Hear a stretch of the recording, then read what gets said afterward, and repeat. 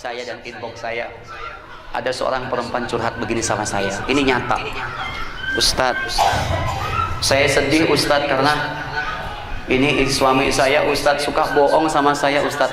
Bohongnya ada di mana ibu? Ini jamaah saya curhat sama saya bu. Begini Ustadz bohongnya. Kemarin itu tanpa disengaja Ustadz, handphone suami saya kan ngegeletak di meja. Tahu-tahu ada bunyi WhatsApp Ustadz, ada SMS begitu. Saya buka Ustadz. Saya sedih Ustadz begitu membaca tulisan di WhatsApp di handphone suami saya. Itu suami saya sayang-sayangan Ustadz, bahkan janjian sama orang Ustadz pengen ketemuan. Panas Ustadz hati ini, tapi begitu tak buka ternyata loh kok namanya Parman begitu. Masa suami saya selingkuh sama laki-laki? Ternyata survei membuktikan ini kelakuan suami-suami yang suka mengganti nama perempuan jadi laki-laki di handphone supaya nggak ketahuan istri. Paham? Nah, yang langsung connect biasanya suaminya suka begitu ya. Di handphone suka diganti supaya nggak ketahuan istri. Ibu, kalau andai kata suami anda kelakuan kayak begitu, mau tak kasih tahu nggak resepnya untuk mengalahkan suami? Mau? Ayo, ini resep hanya khusus para istri. Laki-laki nggak boleh dengar. Kalau perlu pulang semua-semua kembali dulu. Resep untuk menundukkan suami supaya sadar nggak membohongi istri. Ketika di handphone suka nama perempuan diganti laki-laki, caranya begini. Dengarkan ibu, demi Allah semua ulama, semua ustadz nggak punya ilmu kayak saya. Wong ini karangan saya sendiri. Ketika suami ibu biasanya minta dibikinin kopi, coba sekali-kali ibu suruh suami ibu untuk bikin kopi sendiri. Bapak, tak kasih contoh lah, mungkin Pak Yai lah ya. Contohnya Pak Yai ya, setuju nggak? Nggak usah contoh yang lain. Punyai ada punyai? Punyai nggak ada ya? Nggak ada. Contoh, misalkan suami kita begitu, Bapak sekali-kali Bapak bikin kopi sendiri ya Pak ke dapur, Ibu capek, tapi bicaranya pelan. Suruh Bapak suruh bikin kopi sendiri. Terus Bapak datang ke dapur. Ketika ke dapur, Bapak langsung tanya, gulanya umpetin. Gula umpetin. Bapak pasti tanya, Ibu, ini gulanya di mana? Kopi sudah ada, air panas sudah mendidih, gulanya nggak ada Ibu. Ibu langsung bilang, oh maaf Pak, Ibu lupa, itu Pak gulanya yang ada di toples warna putih di rak piring yang paling atas. Itu gula Pak, yang sengaja Ibu kasih tulisan garam. Paham?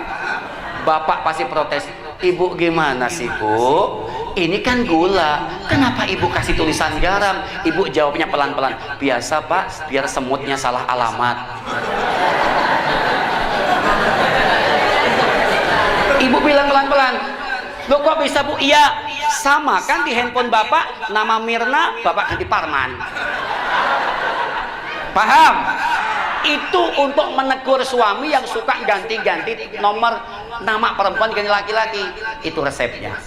Subhanallah. Maka dari itu saran saya ibu, ayolah, apapun bentuk resikonya, lihat sejarah menceritakan secara tersurat di dalam Al-Quran ketika Allah akan turunkan manusia sebagai penghuni di muka bumi, yaitu kali pertama, wa idh qala rabbuka lil malaikati inni ja'ilun fil ardi khalifah ataj'alu fiha may yufsidu fiha wa yasfiqu dima wa nahnu nusabbihu bihamdika wa nuqaddisu lak. Ini kali pertama Allah akan ceritakan Nabi Adam alaihissalam.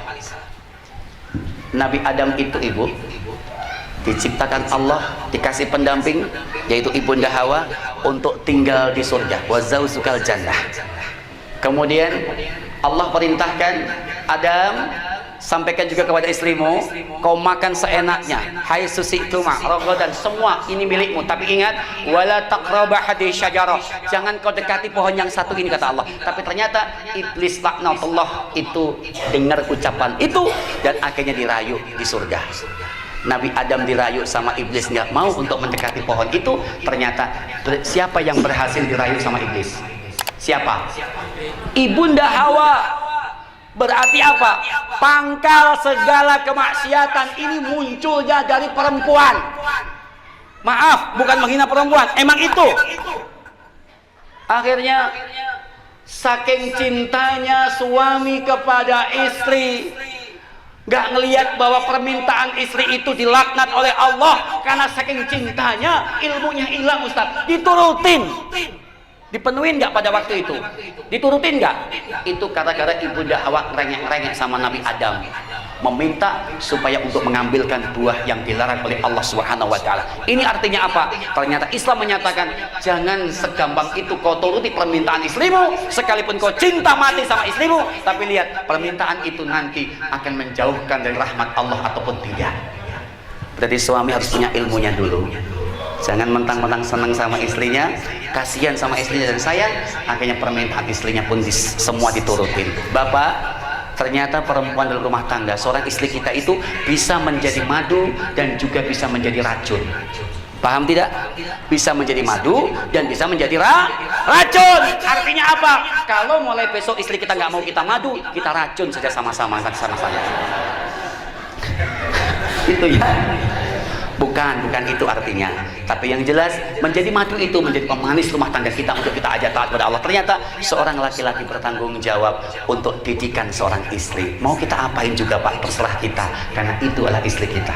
Kapan mulai jatuh kebutuhan orang tua kepada ibu? Ketika seorang laki-laki menjabat wali nikah ibu dan berani mengatakan khabiltu nikahah wa tajwijah li nafsi bil mahrimatul halan. Selesai, tanggung jawab ibu ada dalam kepatuhan pada seorang suami. Insya ini sejarah. Maka dari itu layani suami Anda ibu dengan sebaik-baiknya. Layani. Seorang perempuan punya 6 sifat. Ini ahli surganya Allah. Yang pertama adalah alimah, wanita yang berilmu. Yang kedua abidah, perempuan yang alibadah. Yang ketiga da'iyah, da'i dalam rumah tangga. Kenapa? Karena pendidikan orang anak-anak itu ada dalam ibu, bukan ayah. Madrasah pertama kali yang mendidik anak menjadi baik dan tidak itu perempuan, bukan laki-laki. Yang keempat adalah murabbiyah. Apa murabbi? Pengawas rumah tangga yang baik. Yang kelima adalah qadimah, pelayan rumah tangga. Qadimah, pelayan rumah tangga yang baik. Yang keenam adalah zaidah, pendorong suami tetap di dalam Allah. Jadi seorang perempuan itu harus senantiasa setiap waktu, setiap saat kasih semangat suami untuk taat kepada Allah. Alhamdulillah. Saya nggak bahas 6, tapi yang saya bahas cuma 1 saja. Yang kelima, bahwa perempuan itu punya tugas sebagai seorang qadimah, pelayan.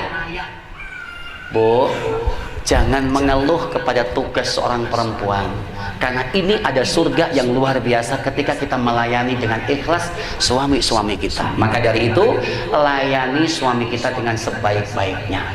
Layani. Ibu salah melayani sedikit, yakin kekecewaan berkepanjangan yang akhirnya berujung kepada malapetaka rumah tangga. Tidak sedikit orang-orang yang bercerai, berpisah hanya gara-gara permasalahan sepele, yaitu seorang istri tidak pandai menghormati, menghargai, apalagi melayani seorang suami. Betul nggak Bu? Makanya ibu kalau punya suami jangan ganteng-ganteng. Suami ganteng itu banyak tingkah. Betul nggak? Tuh, kayak Kiai Hendy, ganteng, hati-hati, jangan percaya kalau di istri cuma 1. Siapa tahu di luar ada. Kenapa? Karena suami ganteng itu resikonya gede. Nggak pulang sebentar jam 10, udah diteleponin aja, Mas, di mana sih Mas? Banyak mulu. Kenapa? Karena suami ibu ganteng. Coba kalau suami ibu jelek, suami jelek itu bebas hambatan, nggak ada yang ganggu. Suami ibu mau jam 1 nggak pulang, santai. Jam 2 pulang, santai, karena suami jelek. Bagaimana bisa pusing kuntilanak nggak doyan? Iyalah, bebas hambatan. Maka dari itu kalau nyari suami jangan yang ganteng-ganteng, yang jelek saja. Alhamdulillah, syukurin dah punya suami jelek. Bu, layani ya. Titip 1 sebagai penutup taklim saya, layani suami dengan sebaik-baiknya. Salah melayani ibu, akhirnya apa? Petaka muncul. Godaan suami kita itu di luar itu luar biasa banyaknya. Betul nggak Bu? Yang menggoda itu rambutnya pirang, tubuhnya seksi, nggak kayak yang di rumah. Makanya perhatikan, kalau ibu sudah mulai gak pandai membahagiakan suami, suami mulai aneh-aneh, pulang mau kerja mulai gak pulang, mulai telat dan lain sebagainya, sembunyi-sembunyi dalam hal keuangan dan lain sebagainya, ini tanda-tanda. Akhirnya salah ibu melayani suami, gak pandai melayani suami, suami ibu akhirnya selingkuh. Kalau sudah selingkuh, nikah lagi, yang salah siapa? Yang nyesel siapa? Yang sakit hati siapa? Perempuan bukan? Di situ. Tapi beda kalau ibu pandai membahagiakan suami. Masya Allah. Mega Mustika udah katakan, jandanya Jody Iskandar, merah bibir merah pipi kekasih untuk siapa? Berarti kecantikan kita untuk suami, betul? Akhirnya begitu ibu tahu suami ibu kawin lagi, suami ibu selingkuh, ibu cuma nonton TV di rumah, pegang handphone, kepengin telepon suami nggak diangkat-angkat, SMS nggak dibales-bales. Akhirnya apa? Ibu melamun sedih karena suami selingkuh. Setannya Siti Badriah akhirnya datang ke otak ibu. Siti Badriah di telepon nggak diangkat-angkat, di SMS nggak dibales-bales, sudah sebulan nggak pulang-pulang, aku di rumah jadi kebingungan. Ada tetangga tahu membawa berita duka, ternyata suamiku sedang bahagia dengan maduku, kawin lagi. Iya kan? Suami ibu kawin lagi karena ibu nggak pandai melayani. Begitu tahu suami kawin lagi, ibu penasaran, siapa sih selingkuhan suami saya? Apakah saya kurang cantik? Hah? Kok sampai suami saya nikah lagi? Apakah pelayanan saya kurang memuaskan? Kok suami saya menikah lagi? Akhirnya apa? Ibu panas, ibu cari tahu siapa itu selingkuhan suami ibu. Akhirnya ibu nyebar mata-mata untuk mencari tahu, meminta foto siapa itu, mana fotonya, emang dia cantik apa. Begitu masuk ke handphone ibu, dikasih sama tetangga, nih foto selingkuhan suamimu. Terus ibu ngeliat, Masya Allah, ternyata dia muda, dia cantik. Pantesan suami saya tergiur sama kamu. Oh, dia masih muda dan dia cantik. Dia lebih cantik daripada saya. Sakit hati ibu dalam hati. Akhirnya apa? Siti Badriah lewat, Rita Sugiarto yang datang. Sambil ngeliat foto Rita Sugiarto. Cantik memang aku akui, usia muda pun dia miliki. Pak Yai pulang. Assalamualaikum, dibuka pintu, marah-marah istri. Pantas saja suami pulang layani, suami pulang layani. Sekalipun kamu tahu suamimu selingkuh, jangan langsung dimarah-marahin, capek layani dulu. Kapan etika seorang istri ketika menghadapi hal semacam itu? Udah bodoh amat, mau mati mau gak, biarin aja. Yang penting saya ngaji aja.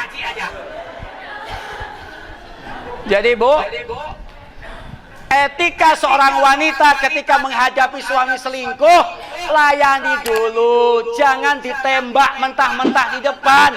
Itu dia masih capek, betul tidak? Kok kayak di foto saya pak? Jadi layani ya, cepetan apa kalau hidup lah? Hidup nggak? Oh turun listriknya ya? Oh iya, saya ada minum bapak, saya dikasih dulu, saya minum dulu ya.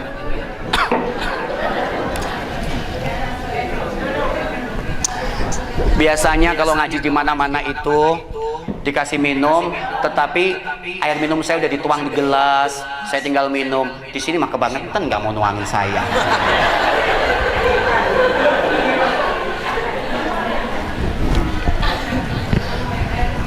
Udah kebangetan nggak mau nuangin, dikasih minumnya air putih lagi.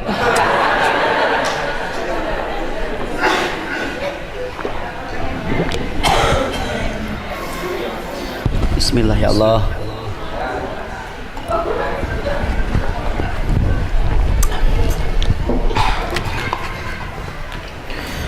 Maka dari itu ketika kita protes kelakuan suami kita, tunggu suami kita hilang capek, hilang lelah. baru kita bicara. Dan tetap kendati pun suami salah, diharamkan seorang perempuan suaranya lebih tinggi daripada suami, harus lebih lembut, karena itulah etika seorang wanita solehah. Betul ibu? Pelan-pelan nanti bicara sama bapak, tapi layani, jangan malah marah-marah, pantas saja, jangan. Otomatis kalau suami belum ibu sudah marahin, akhirnya suami cuma mandi, ganti baju, dia bawa baju lagi, dia pergi lagi, nggak betah di rumah. Kenapa?